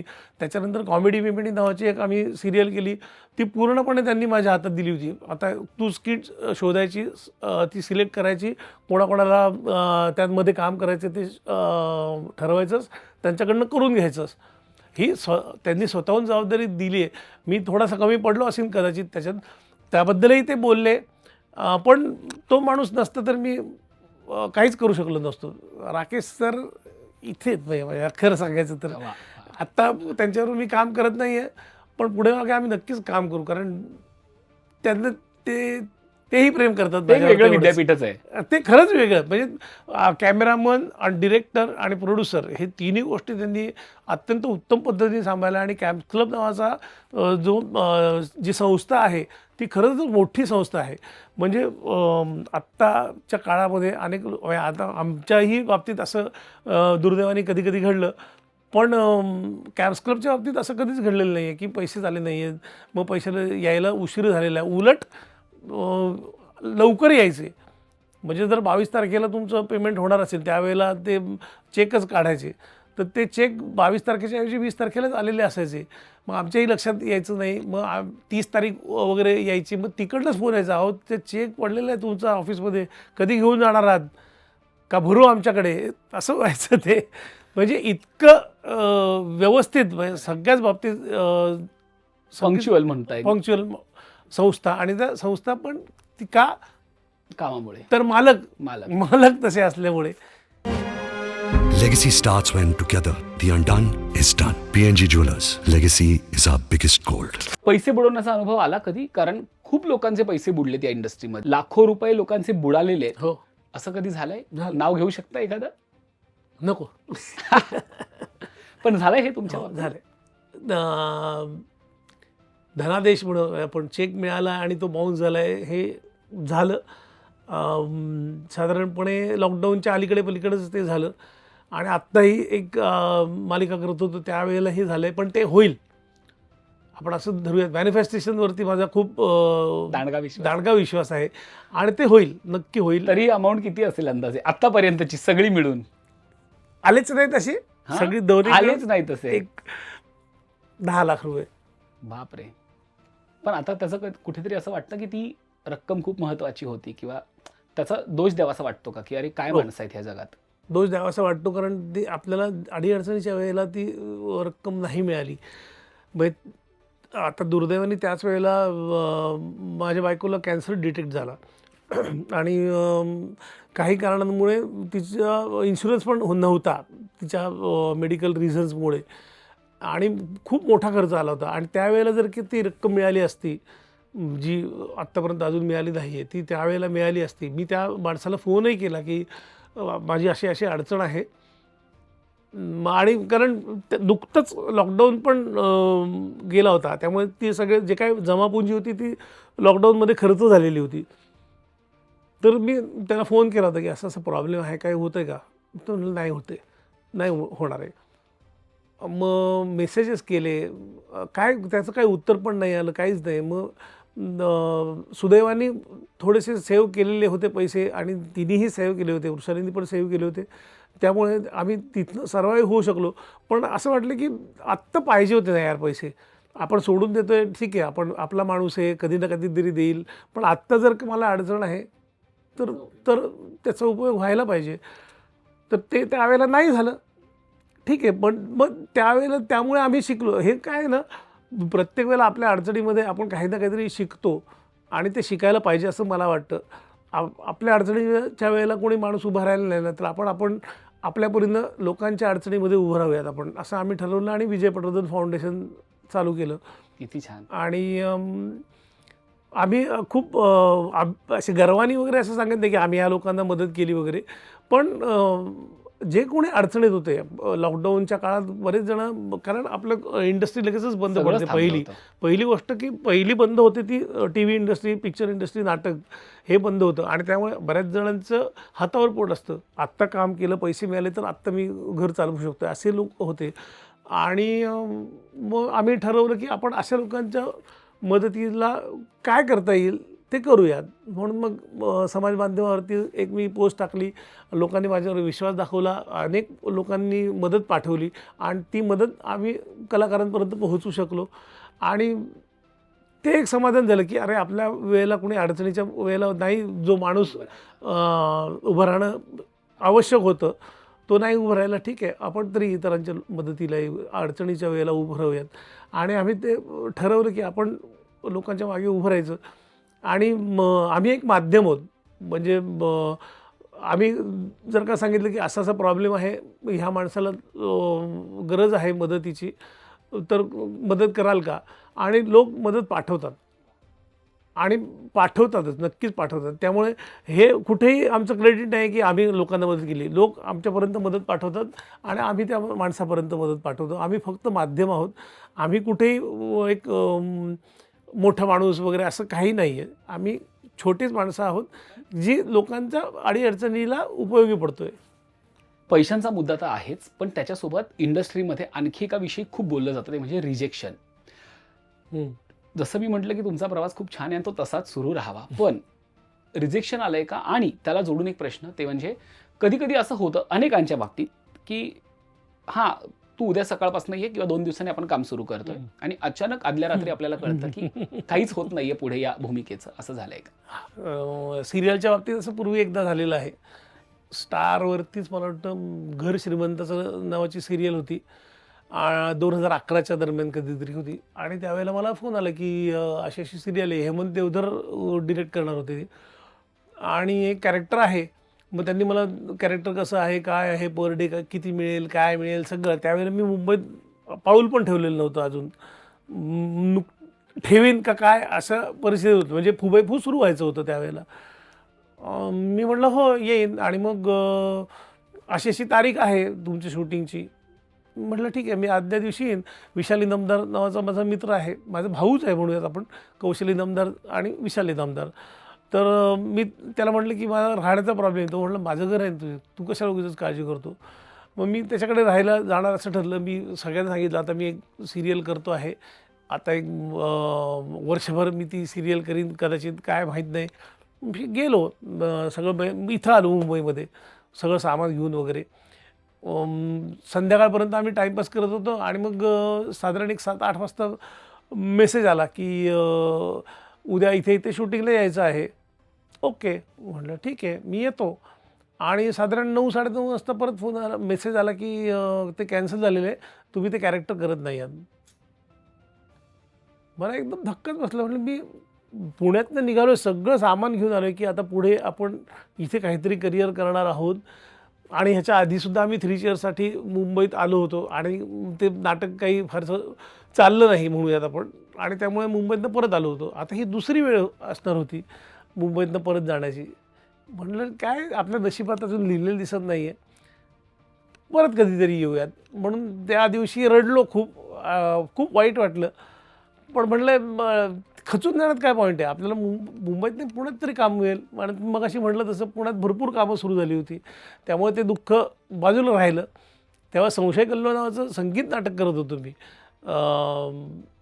त्यावेळेलासुद्धा दीप्ती भोगले आणि कीर्ती शिलेदार आणि दीप्ती भोगले, मग मोठी नावं. कीर्ती शिलेदार तर मोठं नाव, त्यांच्याबरोबर काम करत होतो. तेच काम चालू ठेवलं. त्याच्यानंतर नवीन नवीन नाटकं मिळत गेली आणि ते दुःख बाजूला राहिलं. म्हटलं आपण सिरियलमध्ये काम करणार. अजूनपर्यंत तोपर्यंत मी 4 सिरियल केल्या होत्या फक्त. त्याच्यानंतर मुंबईतनं पुण्यात आलो, नाटकं केली आणि आता जवळजवळ 40 सिरियलपर्यंत पोहोचलो आहे. ती एक जिद्द होती की करायचं, नाटक करायचं, सिरियल पण करायच्या, आणि सिरियल करतो आहे अजूनही. त्यावेळेला मग आपल्याला असं म्हणूयात की एक धक्का लागतो की पुढे जाण्यासाठी. हां, तर तो मिळाला. आत्ता चित्रपटाच्या बाबतीत पण असं झालं की मला त्याच मुद्द्यावर यायचं होतं. विठा सिनेमाचं विठा, रिजेक्शन हां, जिव्हारी विठा. लागलं का? कारण लक्ष्मण उतेकरांसारखं नाव, त्या इतका माणसाबरोबर मोठा काम करूयात असं मला, आणि ती संधी पण मिळाली होती. आणि मी त्यांना अजिबात दोष देत नाही की त्यांच्यामुळे झालं. माहीत नाही, त्यांनी कुठल्या तरी कंपनीला हे दिलं असेल, कॉन्ट्रॅक्ट दिलं असेल कास्टिंग एजन्सीला. त्या कास्टिंग एजन्सीच्या माणसांनी माझी ऑडिशन मी पाठवली होती त्यांना, त्यांनी ती पुढे पाठवली असेल. त्याचं काय झालं असेल माहीत नाही. त्यांनी नेमकं मला काय घडलं होतं तेव्हा? तुम्ही सिलेक्ट झालं सांगितलं मला. सरपंचाचा रोल आहे, जो सरपंच विठाला त्रास देतो आणि गावातनं हाकलून देतो, आणि चित्रपटाच्या शेवटच्या क्षणी जिथे चित्रपट संपतो तिथे तो सरपंच त्यांचं स्वागत करतो आणि त्याला पश्चाताप होतो हे सगळ्या गोष्टी केल्याचा. असे 2 सीन आहेत असं सांगितलं होतं, आणि ते लक्षात राहण्यासारखे आहेत. एकाच दिवसाचं काम आहे, दोन्ही सीन एकाच दिवशी होणार आहेत आणि काम चांगलं आहे. ओके, मग पैसे किती, ते पैसे ठरले, हे होईल सगळं. मग लोकेशन सांगितलं की अशा ठिकाणी आहे, मडला तुमचं शूटिंग होणार आहे. त्यावेळेला पारू नावाची सिरियल चालू होती. त्या लोकांना सांगितलं की हे असं असं माझी 27 डिसेंबरला शूटिंग, मला तारीख आठवत नाही, एक सांगतो की 27 डिसेंबरला शूटिंग आहे. तर ते पण म्हणले की आपण ॲडजस्ट करूयात, लक्ष्मी उत्तेकरबरोबर काम करायला मिळते, अशा मोठ्या डिरेक्टरबरोबर काम करायला मिळते, तर तू कर. आणि 26 तारखेला मीच त्या माणसाला मेसेज केला की अरे माझं शूटिंग आहे ना उद्या, अजून मला कॉल टाईम काही आलेलं नाही आहे. हां, कळवतो. आणि मग अर्ध्या पोट असताना त्यांनी कळवलं की नाही, तुम्ही नाही सिलेक्ट झालेला, तर तुमच्या जागी दुसऱ्या माणसाला घेतलेलं आहे. म्हटलं मला आधी तरी सांगायचं नाही, मी आपलं आशेवर राहिलं होतं की उद्या शूटिंगला जायचं आहे म्हणून. मी इकडे तरी सांगितलं असतं पारूच्या लोकांना की मी शूटिंगसाठी आहे. नाही, ते जरा त्यांनी सांगितलं की तुम्ही शूट नाही आहेत, तुम्हाला काढून टाकलं आहे. म्हटलं बरं, हे सगळं त्या गोष्टीचं काहीतरी असेल प्रॉब्लेम, मला माहीत नाही. मी अजिबात लक्ष्मण उत्तेकर किंवा त्यांच्या टीमला कुठेही दोष देत नाही आहे. हे मिसअंडरस्टँडिंग काहीतरी गोष्टीमुळे झालेलं असणार आहे. पण पुन्हा तेच आहे, जिवारी लागतं थोडं. जिवारी लागलं, पण मी परत काम करणार त्यांच्याबरोबर नक्कीच. आणि तुम्ही नक्कीच काम करणार. खरं तर ही जिद्दच फार महत्त्वाची असते. मी मगासपासून तुमच्याशी बोलतोय, मला एक गोष्ट प्रकर्षाने जाणवते, ती म्हणजे पॉझिटिव्हिटी. रिप्लेसमेंटचे रोल असो, रिजेक्शन असो, किंवा आयुष्यात आलेले अनेक अनुभव, ही पॉझिटिव्हिटी खूप तुम्हाला बळ देऊन गेली आहे. कुठून आली ही पॉझिटिव्हिटी? आईवडिलांपासूनच आलेली आहे. आणि बायकोनी खूप मला सपोर्ट केला, पॉझिटिव्ह एनर्जी, नाही चांगलं होईल. प्रत्येक वेळेला ती पाठीशी राहिली. म्हणजे जेव्हा रिजेक्शन आलं, म्हणजे त्या सिरियलचं, तिथनं मी मुंबईतनं परत पुण्यात आलो, 3 चेअर्स झालं, त्याच्यानंतर मुंबईतनं परत पुण्यात आलो. प्रत्येक वेळेला ती माझ्या पाठीशी राहिली. नाही, चांगलं होणार आहे आपलं, आपण करत राहायचे, आपण चांगल्या मनाने करतोय, आपल्याला रिजेक्शन आलं तरी काही त्याच्यात वाईट वाटून घ्यायचं नाही, त्याच्यातनं आपण शिकत असतो. आणि हे मला आईवडिलांनी पण शिकवलं की तुम्हाला जेव्हा तुम्ही एखाद्या कुठल्या गोष्टीत रिजेक्शन येतं किंवा कुठं अपयश येतं, ते अपयशातनं पण शिकलं पाहिजे काहीतरी, आणि ते शिकण्यासाठीच असतं, पुढे जाण्यासाठी. आणि त्यामुळे ही पॉझिटिव्ह एनर्जी मला घरनंच मिळाली असल्यामुळे आणि मी तेवढा पॉझिटिव्ह आहेच आहे नक्कीच ह्या गोष्टीमध्ये, की आपण जर का सगळ्यांचं चांगलं चिंतत आहोत, सगळ्यांचं चांगलं व्हावं चिंतत आहोत, तर आपलं पण लोक चांगलंच चिंतणार आहेत आणि आपलं पण चांगलंच होणार आहे. चांगलंच होणार आहे. आणि आपल्या आजूबाजूच्या सगळ्या लोकांचं चांगलं व्हावं हेच आपल्याला पाहिजे असतं. म्हणजे मी आता ह्याच्यात सुद्धा मोठेपणा असं नाही, पण सकाळी देवाकडे जेव्हा आपण मागणं मागतो तेव्हा मला चांगली बुद्धी दे, मला पैसे दे असं म्हणत नाही मी. मला माझ्या आईवडिलांनी किंवा माझ्या पणजोबांनी सुद्धा असं शिकवलं की सगळ्यांना चांगली बुद्धी दे, सगळ्यांना सुखासमाधानात ठेव, सगळ्यांना आनंदात ठेव, हेच मागणं आहे आपल्याला. माझ्यापुरतं कशाला, स्वार्थ कशाला पाहिजे. मग हे फक्त कॅमेरासमोर बोलण्यासाठी बोलतोय असं नाही आहे, पण मला हे खरंच खऱ्या आवडतं आयुष्यातही तुम्ही की ते खऱ्या आयुष्यात पण सगळ्यांना चांगलं मिळावं ना, सगळ्यांचंच भरभराट हवी, कोणाच्याच वाट्याला दुःख येऊ नये. आणि जर दुःख आलं तर त्या दुःखातनं पटकन बाहेर पडावं आणि सुख मिळावं प्रत्येकाच्या बाबतीत, असं वाटतं. वा वा, मला असं वाटतं की आज हीच पॉझिटिव्हिटी तुमच्याकडनं अनेक कलाकारांना मिळतीये, आमच्यासारख्या नवोदितांना मिळतीये. पण आता नवीन कलाकारांसोबत काम केलंय पारू मालिकेत, हो. कसा आहे नवीन कलाकारांसोबतचा अनुभव? कसे आहेत, काय आवडतंय, काय खटकतंय? मस्त आहे, चांगलं आहे. म्हणजे खूप म्हणजे शिकण्याची जिद्द आहे त्यांच्याकडे सुद्धा, आदर आहे. आणि खरं सांगायचं तर म्हणजे माझ्याबरोबर ज्यांनी काम केलं त्यांच्या दृष्टीने मी सांगेन तर आदर करणं सगळ्यात महत्त्वाचं आहे. म्हणजे मी सुद्धा माझे जे सिनियर होते, मी जेव्हा नवीन होतो त्यावेळेला, कारण तुम्ही जर मोठ्या माणसांचा आदर केला नाही, तुमच्या आजूबाजूच्या सगळ्या कलाकारांचा जर का आदर केला नाहीत, तर तुम्ही नाही मोठे होऊ शकत किंवा तुमची प्रगती होऊ शकत नाही असं मला वाटतं. स्पॉट बॉय सकट कोणी का असेना, ते त्यांची कामं करतात, ते त्यांच्या दृष्टीने त्यांच्या पायरीवरती आहेत. मग त्यांच्याशी का वाईट वागायचं? अगदी. माझं असं म्हणणं आहे की दे, चल पाणी दे. हे का आपण इतरांना कधी म्हणत नाही ना असं. तेही त्यांचं काम. ते त्यांचं काम आहे. स्पॉट दादा प्लीज मला पाणी द्या. मला तिडीक कधी जाते की असं कुठे दे ना पाणी, काय हे तुला काही कळत नाही का वगैरे असं म्हटलेलं मला नाही आवडत अशा गोष्टी. आणि हे नवीन कलाकार काही काही करतात असं, पण माझ्याबरोबर ज्यांनी पण असं काम पाहिलंय केलं तुम्ही असं मी बोलताय? पाहिलं असं खूप वाईट पद्धतीने. म्हणजे एका सिरियलच्या इथे तर तो आमचा एक जो मोठा रोल करत होता तो त्याच्याबरोबरच्या सहकलाकारांनाच नावड, अरे काय बोलतोय हा, काय वाक्य पण बोलता येत नाही या माणसाला. त्या असं बोलल्यानंतर त्या माणसाचा काय होईल विचार करता. मी आता हे असं होणार नाही माझ्या दृष्टीने, पण मी तुला म्हटलं तुला काय रे, तुला बोलता येत नाही हे वाक्य, नीट बोलणं वाक्य, तर कसं वाटेल तुला? तुमचं मॉरल डाऊन होतं ना त्या माणसाचं, की अरे हा का बोलतो आपल्याला. आणि मग तिथनं एनर्जी डाऊन होते. मग प्रत्येक वाक्याच्या प्रत्येक शब्दाला माणूस फापलायला लागतो. आपण आपल्या ह्याच्यात आपल्या बोलण्याच्यात आपण म्हणतो की आपण कॉन्फिडन्सच निघून जातो. कॉन्फिडन्सच निघून जातो.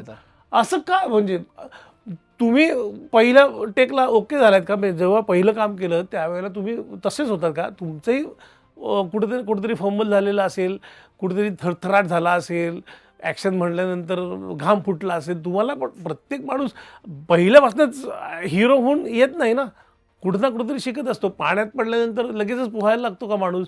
कुठेतरी हातपाय मारत मारत मारत चांगलं पोहायला लागतो ना. पण हे काही गोष्टींच्या ठिकाणी झालेलं आहे, काही गोष्टींना. पण काही ठिकाणी खूपच चांगला अनुभव आला. आणि मला ते आवडतं लोकांचं की आदर करणं आणि शिकणं नवीन माणसाकडनं. म्हणजे तो छोटा असू देत मोठा असू देत, आपणही शिकत जातो. शिकवतच असतो. आणि कुठली गोष्ट आपण शिकायची, आपण तितका धारका असावं. जे आपल्याला टिपायचं ते टिपावं आणि जे नाही घ्यायचे ते बाजूला ठेवून द्यायचं. मालिका संपली आहे, पण लोक किर्लोस्कर म्हणून हाक मारतात तेव्हा कसं? हो, खूप मस्त वाटतं मला. श्रीकांत किर्लोस्करनी पण खूप दिलं. म्हणजे पारू सिरियल एक वेगळाच अनुभव दिला पारू सिरियलनी. आणि घराघरात पोहोचलो. म्हणजे आधीच्या सिरियलमुळे पोहोचत होतो त्यावेळेला त्या कॅरेक्टरचं नाव कधी कधी लक्षात राहायचं नाही, पण श्रीकांत किर्लोस्कर हे नाव घराघरात लोकांच्या पोहोचलं. अगदीच लक्षात राहिलेलं आहे. आणि अहिल्या किर्लोस्कर आणि श्रीकांत किर्लोस्कर ही जोडीसुद्धा लोकांना आवडली होती. आणि फार मस्त वाटतं. आणि आता हीच जोडी तुम्हाला नवीन नाटकामध्ये बघायला मिळेल. क्या बात आहे, क्या बात आहे. हे एक सरप्राईजच आहे म्हणा. काय आहे ते सरप्राईज? तेच की श्रीकांत किर्लोस्कर आणि अहिल्या किर्लोस्कर हे पुन्हा एकदा एका नवीन नाटकामध्ये एकत्र येणार आहेत. आणि त्या नाटकात सुद्धा श्री व सौ जोशी असणार आहेत. ते क्या बात आहे, क्या बात आहे. हेही नाटक धुवाधार चालो, ह्या शुभेच्छा दादा. Thank you. पण मला एक असं विचारायचं होतं, नाटकही केलं, मालिकाही केल्या, सिनेमेही काही केले, स्थैर्य कोणी दिलं, आर्थिक स्थैर्य? मालिकांनी, खरंच मालिकांनी दिलं. नाटकाने एक ऊर्जा दिली, नंतर एक समाधान दिलं, ओळख दिली, पण आर्थिक स्थैर्य मालिकांनी दिलं. कारण आपण डेली सोप रोज शूटिंग करतो, रोज शूटिंग केल्यामुळे रोज पर डे रोज पैसे येतात रोज मला. पैसे, म्हणजे ते रोलिंग 3 राहतं महिन्यांनी 3 येतात. महिन्यांनी. आता ते जरा लांब लांब जात चालले, 4 महिने 5 महिने 6 असं महिने. होतं, 6 महिने असं होऊ शकतं. पण पैसे मिळत राहतात, ज्याच्यामुळे आपलं पोटपाणी चालतं. पोट पाणी चालतं, घर चालतं. मालिकांमुळे आर्थिक स्थैर्य नक्की झालं. पुणेकर मुंबईकर कधी झाले? मुंबईतलं घर मुंबईतलं घर व्हायचं आहे अजून, अजून व्हायचं आहे, पण ते स्वप्न आहे की पुण्यातच? स्वप्न आहे, पण पुणे जास्त जवळचं आहे अजूनही? अजूनही. का बरं? शिक्षण झालंय, बालपण अख्खं सगळं पुण्यात झालेलं आहे. म्हणजे आता किती 2011 म्हणजे आता 14 वर्ष झाली मुंबईत आलेलो आहे. आणि मला असं कोणी म्हणत नाही तू पुणेकर आहेस असं, म्हणजे माहीत नाही मला एकही सहकलाकार अरे पुणेकर हे कर असं कधीच म्हणत नाही. अरे तू मुंबईकरच वाटतोस, तुझं वागणं पुणेकरांसारखं नाही आहे असं खूप जण म्हणतात मला. आणि त्यामुळे म्हणजे मी पुण्यातही जातो, ते माझं कुटुंब आहे, माझे जवळचे मित्र आहेत, त्यामुळे जातो. बाकी काम आहे तर मी मुंबईतच असतो आणि आत्ताही मुंबईतच आहे आणि तसाही मुंबईकर आहेच आहे मी. अगदी, पण पुणे म्हणजे आपलं मूळ पुणे असल्यामुळे पुणे अगदी. पण मुंबईत घर घेण्याचं प्रत्येकाचं स्वप्न आहे, असतं, नक्की आहे. तसं मनात आहे का? आणि मुंबईकर तशा अर्थानं व्हायचंय का, हो नक्की व्हायचंय. की पुण्याशी असलेली कमिटमेंट तोडू वाटत नाहीये? नाही नाही नाही, तसं नाही. मी मुंबईत घर घेण्याचं स्वप्न आहे आणि ते नक्की घेणार, 100%. 100% घेणार वा वा वा आणि मुंबईकर होणार. वा वा वा. या सगळ्या प्रवासात तुम्ही म्हणालात की मी लेखकही आहे. आरशापुढे उभं राहिल्यावरती स्वतःतला अधिक काय पुढे येतं, लेखक की नट? नट. कारण आता तिथे जरा स्वार्थीपणा करतो मी. लेखक म्हणल्यानंतर सगळं स्वतःचं असतं, स्वतःला सुचणं, स्वतः कागदावर उतरवणं, हे गोष्टी असतात. एक कॅरेक्टर बिल्टअप करणं, एखादं कथानक मोठं तयार करणं आणि ते लिहिणं. अभिनेता म्हटल्यानंतर काय, तुम्हाला स्क्रिप्ट मिळतं, ते पाठ करणं आणि कॅमेऱ्यासमोर उभं राहणं किंवा प्रेक्षकांसमोर उभं राहणं असतं. त्यामुळे मी कलाकार. अगदी. 35 वर्षाच्या कारकिर्दीत खंत कशाची वाटते? नाव मिळालं नाही याची वाटते की मनासारखे रोल मिळाले नाही याची वाटते? नाही, खंत नाही वाटत मला. नाही, कुठल्याच गोष्टीचं खंत नाही. तुम्ही खंत करत बसलात तर तुम्ही प्रगती नाही करू शकणार. जे मिळतंय ते चांगलं मिळतंय आणि चांगलं मिळत राहणार आहे हे बोलत राहायचं आणि त्यामुळे आपल्याला चांगलं मिळत राहतंच नक्कीच 100%. आणि नाव मिळणार आहे, काम करत राहिल्यावरती का नाव मिळणारच आहे 100%. आणि नक्कीच हळूहळू ते मिळत आहे आणि ते टिकवणं महत्त्वाचं आहे. माझं म्हणणं आहे की तुमचं नाव पटकन तुम्हाला मिळतं, तुम्ही तुमचे कष्ट केले तर तुम्हाला नाव मिळतं आणि ते मिळणार. पण तुम्ही जर का ते टिकवलं नाही तर ते तुम्हाला नाव मिळवायला जर का 10 वर्ष लागली असतील तर तुम्हाला नाव घालवण्यासाठी 1 सेकंद पण पुरतो. तुमच्या कुठल्याही वाईट वर्तनामुळे तुम्ही रसातळाला जाऊ शकता. ते टिकवणं महत्त्वाचं आहे. त्यामुळे असं वाटतं का की 35 वर्ष काम करून सुद्धा ते खूप उशिरा मिळतंय, असं वाटतंय का की ते खूप आधीच मिळायला हवं? नाही नाही नाही नाही, प्रेक्षक बरोबर तुमचं काम बघितल्यानंतरच मी स्वतःचं परीक्षण करत असतो. त्यावेळेला म्हणतात अरे नाही अरे आपल्यापेक्षा ह्याने खूप चांगलं केलं. आता भ्रमाचा भोपळामध्ये पण मी काम करतोय, मला त्या कलाकारांकडे बघून सुद्धा वाटतं अरे हे असं जमायला पाहिजे, रे असं जमलं तर मग प्रेक्षक आपल्याला ओळखतील, अजून आपलं नाव होईल. प्रत्येकाकडनं शिका. मी स्वतःला हे सांगत असतो की प्रत्येकाकडनं शिक आणि त्यांच्याप्रमाणे काम करायला शिक. नवीन कलाकार असले तरीही त्यांचं गिव्ह अँड टेक वेगळं आहे, त्यांचं रंगमंचावरती वावरणं वेगळं आहे आणि ते शिकणं खूप महत्त्वाचं आहे. त्यामुळे मी विंगेतच बसलेला असतो. मी मेकअप रूममध्ये जात नाही कुठल्याही प्रयोगाच्या वेळेला. मी विंगेत बसून नाटक बघत असतो की अरे काय करतायत, कसं करतायत, आपल्याला ह्यापैकी काही जमेल का. आणि हे प्रत्येक कलाकारांनी करावं असं मला वाटते वैयक्तिक. आता तो प्रत्येकाचा प्रश्न आहे, पण नाव टिकवणं महत्त्वाचं आहे. तसंच असं काम केलं तरच तुम्हाला नाव मिळेल असं वाटतं आणि ते अजून ती प्रोसेस चालू आहे आणि ते शिकण्याची. ते नाव मिळणारही, मोठंही होणार असा विश्वास आहे आणि तेवढी पॉझिटिव्हिटी तुमच्याकडे आहे. जाता जाता शेवटचा एक प्रश्न आहे, ते म्हणजे या सगळ्या प्रवासात आईवडिलांचे आशीर्वाद होते, पण पत्नीची खूप खंबीर साथ होती. खूप.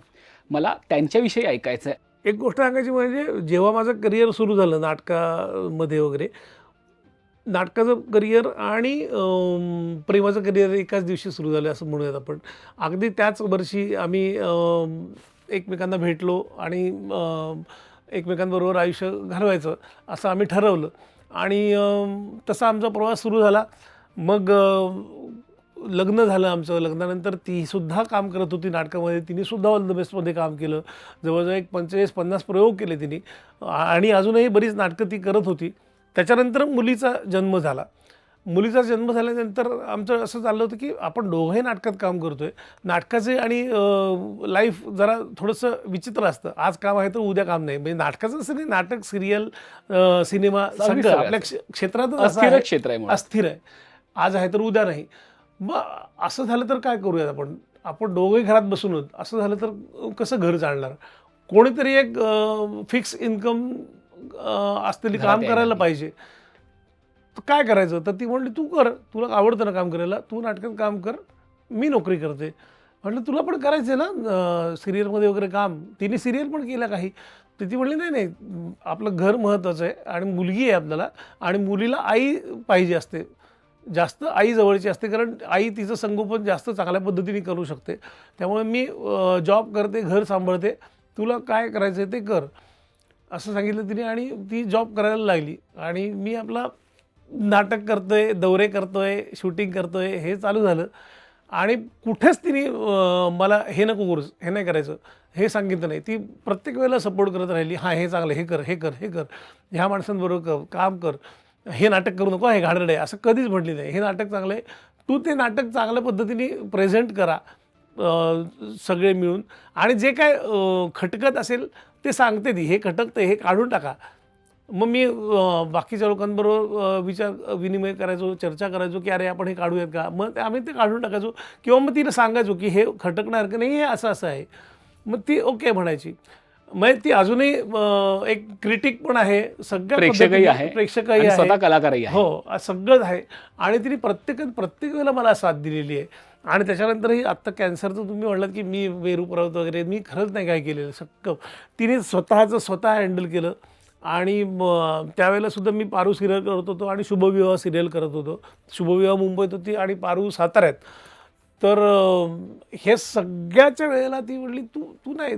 तिचं ऑपरेशन झालं त्यावेळेला मी तिचं ऑपरेशनच्या वेळेला तिथे नव्हतो पुण्यात, कारण शूटिंग होतं.